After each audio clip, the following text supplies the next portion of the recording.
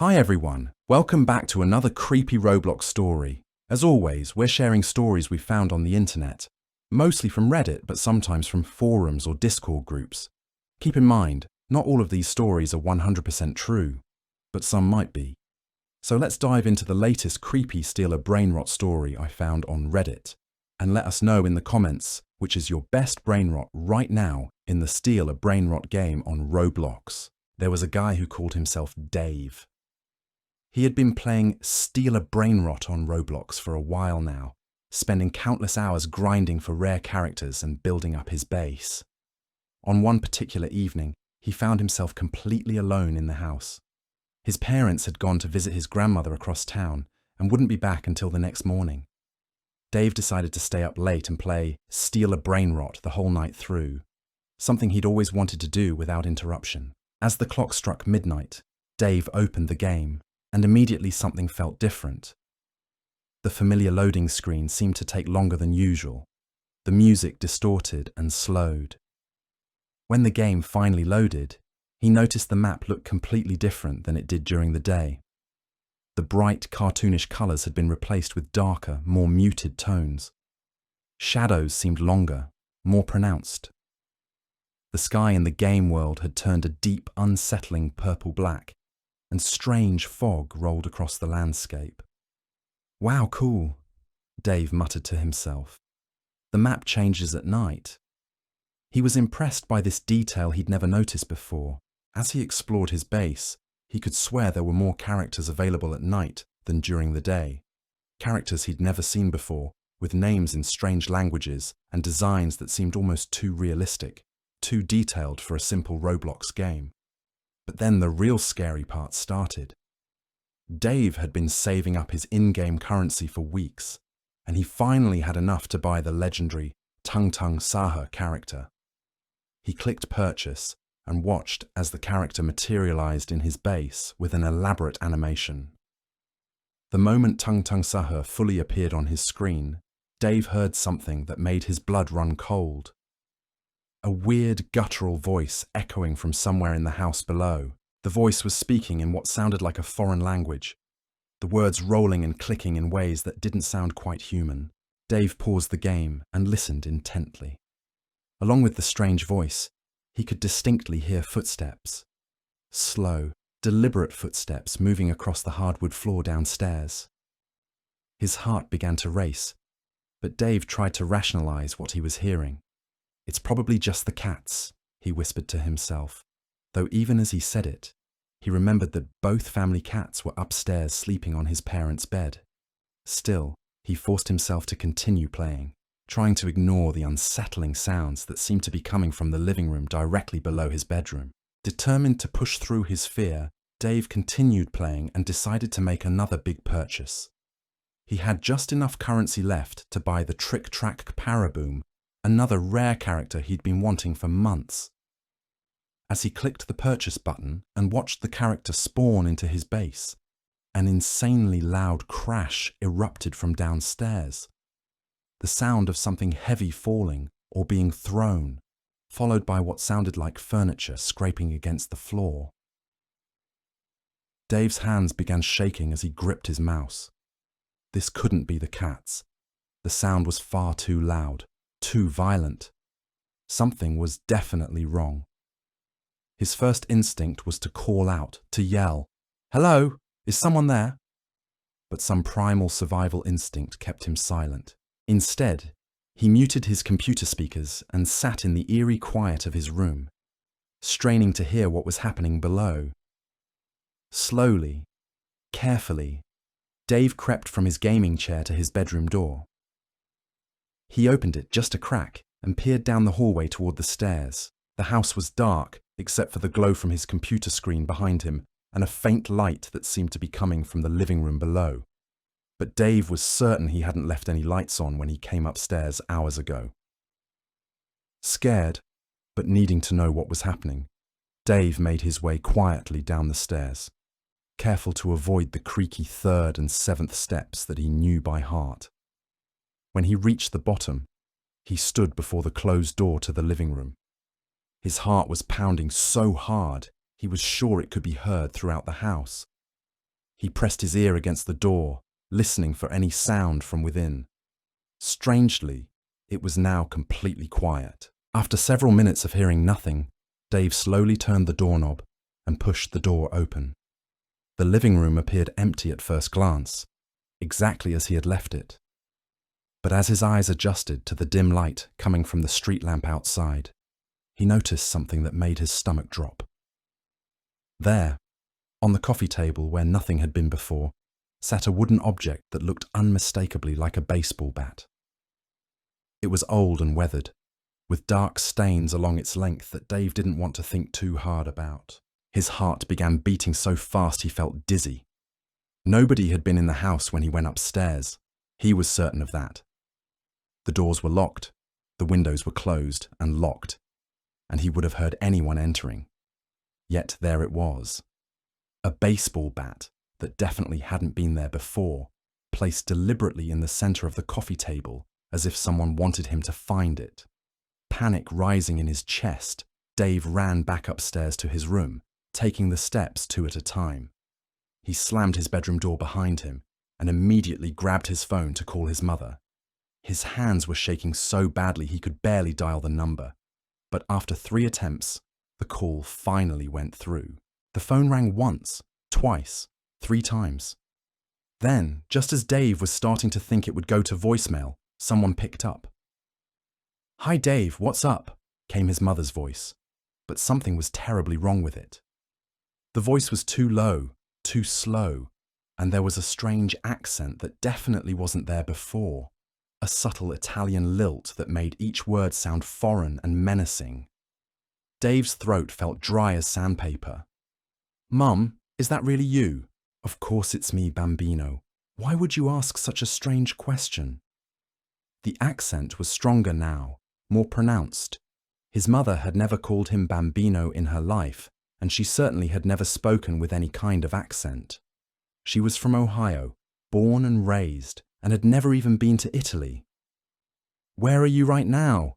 Dave managed to ask, though his voice was barely a whisper. "We are visiting Nonna, just like we told you. But why do you sound so frightened, my sweet boy?" The voice that claimed to be his mother seemed to be getting more distorted with each word, the Italian accent so thick now that some words were barely recognizable. Dave hung up without another word and sat staring at his phone in horror. Whatever was happening, it was definitely connected to the game he had been playing. The timing was too perfect to be coincidence. Each time he purchased a new character, something happened in the real world. Against every instinct screaming at him to stop, Dave turned back to his computer.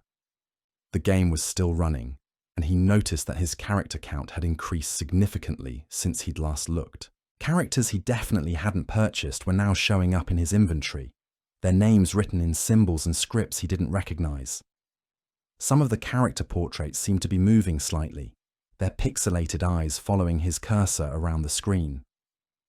As he scrolled through his collection, he found a new character that made his blood run cold. It was called Mamma Italiana, and its portrait showed a distorted, nightmarish version of his mother's face, complete with an exaggerated Italian caricature expression.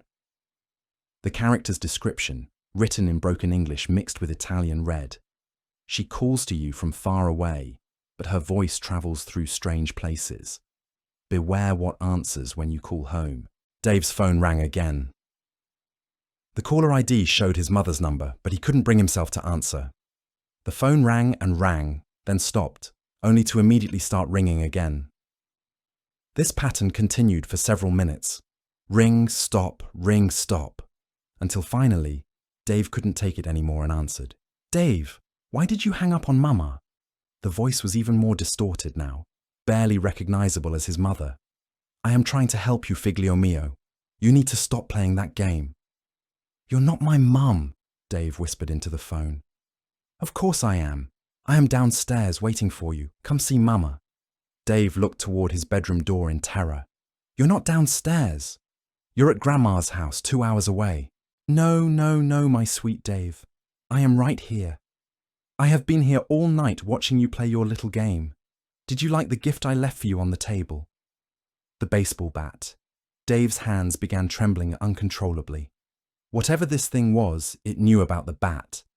It had been in his house. "I'm going to call the police," Dave managed to say. "The polizia cannot help you now, Bambino. You invited us in. Every character you bought, every coin you spent, you gave us permission to enter. We are part of your world now, just as you are becoming part of ours." Dave looked back at his computer screen and nearly screamed. His character's base in the game was no longer the cartoonish, colourful structure he had built. Instead, it was a perfect replica of his own house, down to the smallest details.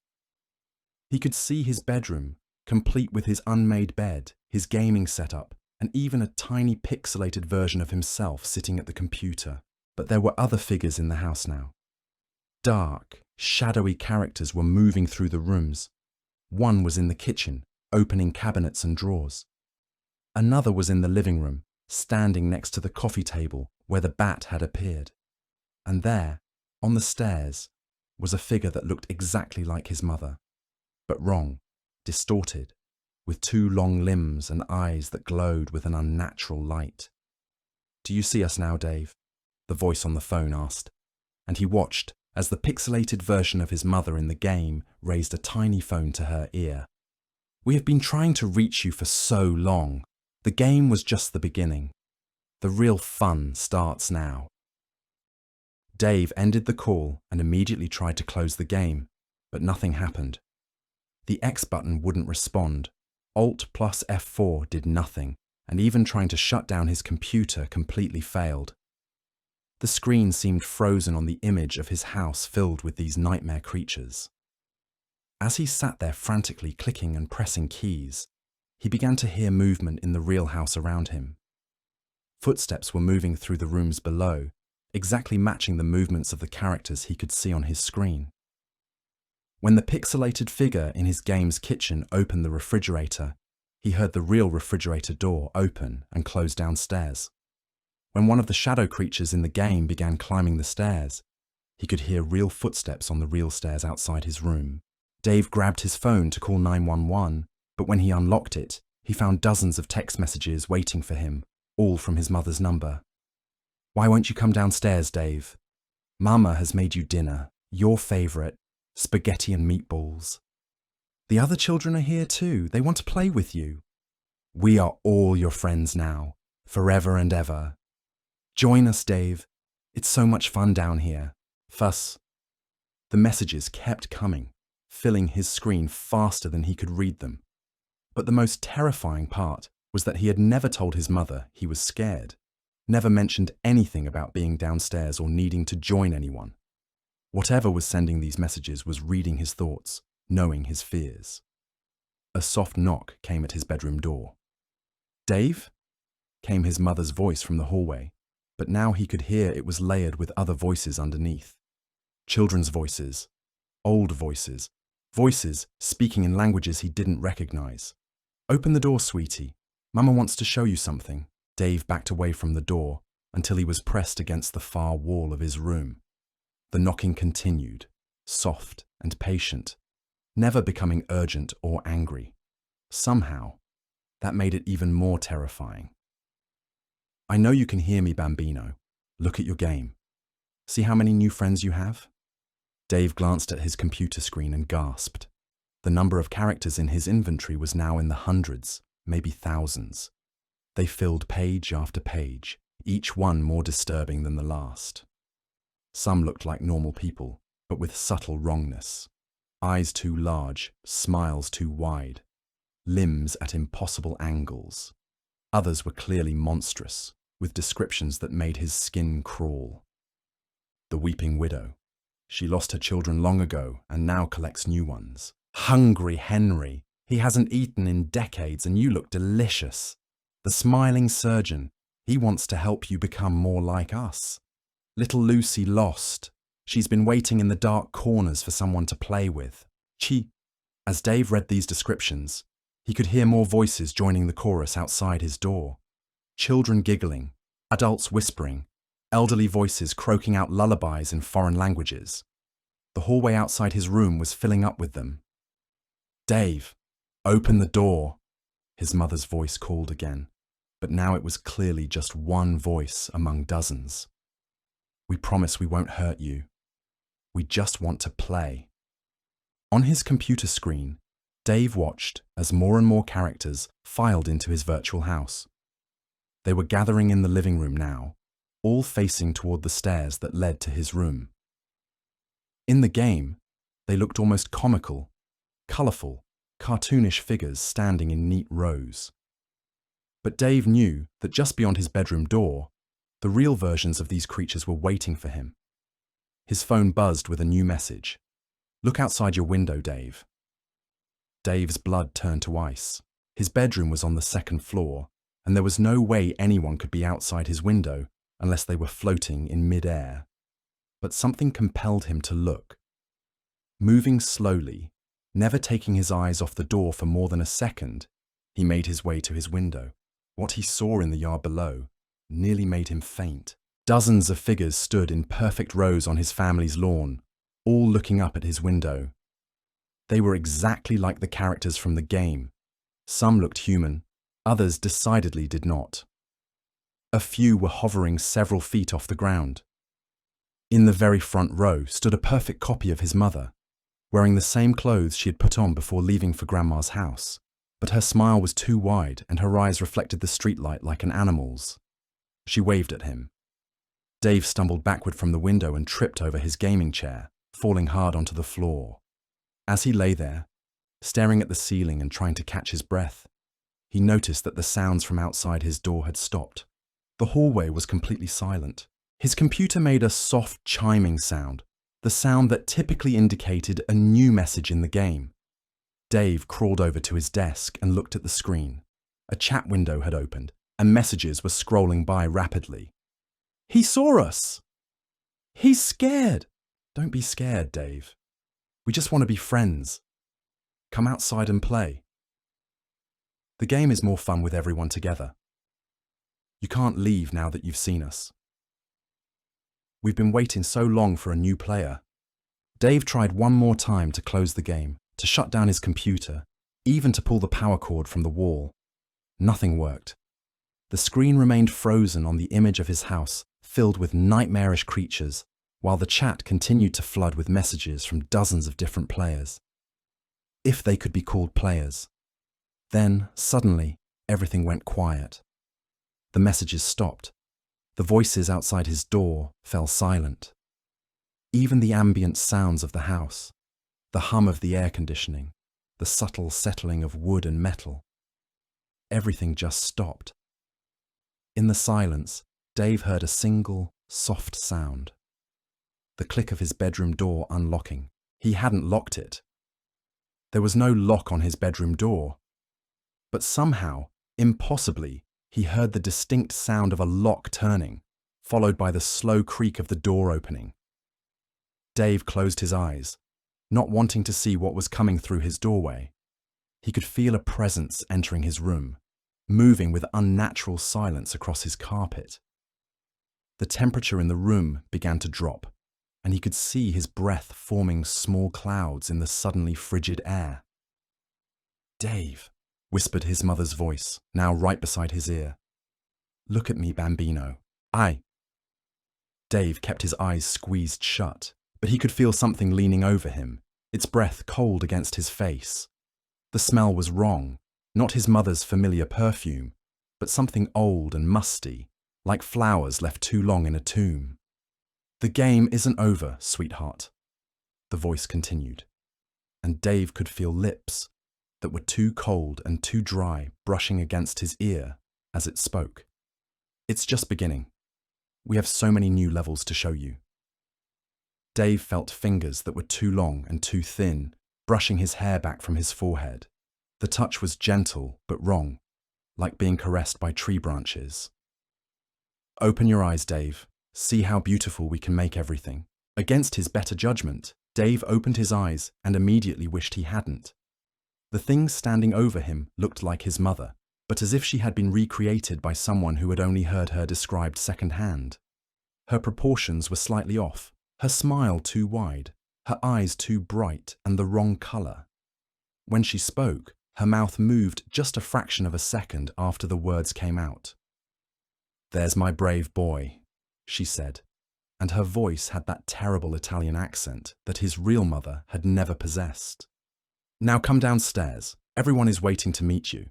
Dave tried to speak, tried to scream, tried to move, but found that his body wouldn't respond to his commands. He was completely paralyzed, able only to stare up at this horrible imitation of his mother as she reached down and gently took his hand in hers. Her skin felt like cold plastic. "Don't be frightened," she said as she helped him to his feet with unnatural strength. "Look at your computer screen. See how happy everyone is." Dave's eyes moved to his monitor, and he saw that all the characters in his virtual house were celebrating. They were jumping up and down, waving their arms, and the chat was filled with expressions of joy and excitement. "He's coming downstairs. Finally, a new friend. This is the best day ever. Welcome to the family, Dave. You're going to love it here. We have so many games to play." As the thing that looked like his mother led him toward his bedroom door, Dave found his voice long enough to whisper, "This isn't real. This can't be happening."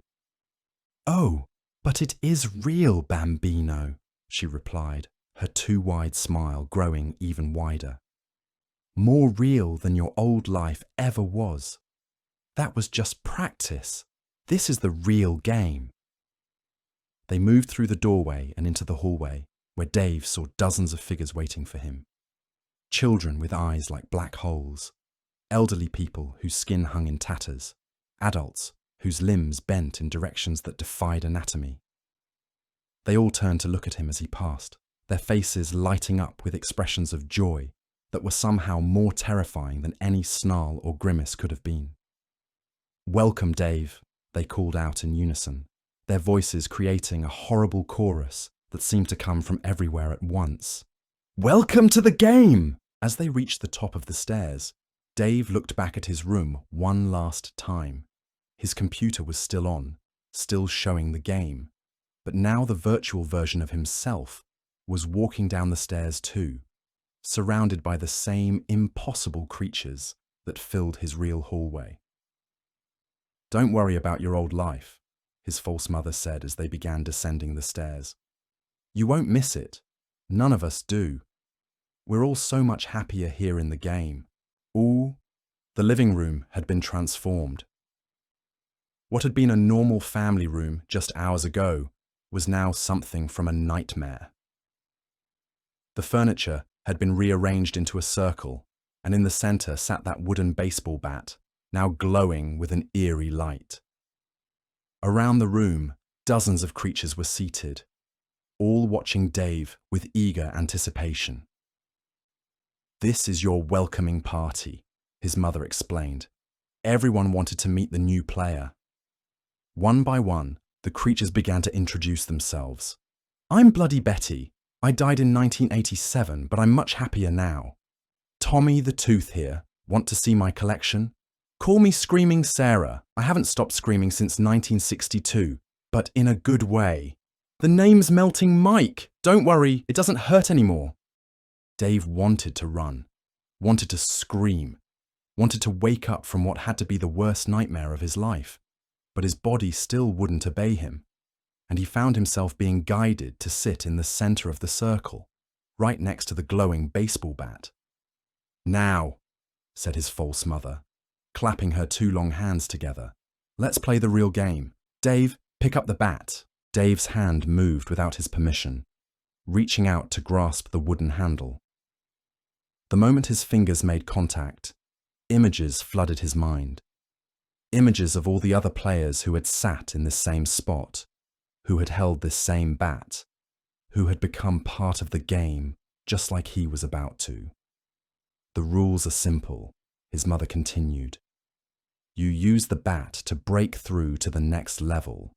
But to do that, you have to break something from your old life first."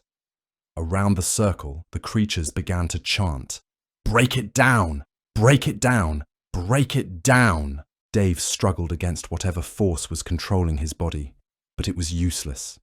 He watched in horror as his hand raised the bat above his head.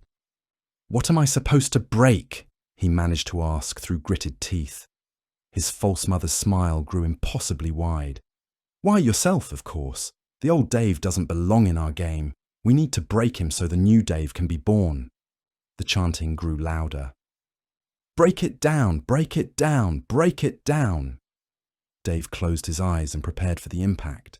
But instead of pain, he felt nothing. He opened his eyes and found himself still sitting in the circle.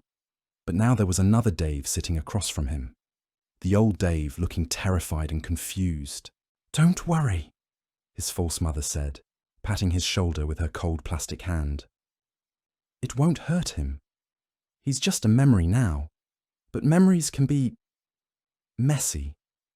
It's better to clean them up." Dave watched as his own hand swung the bat toward his other self.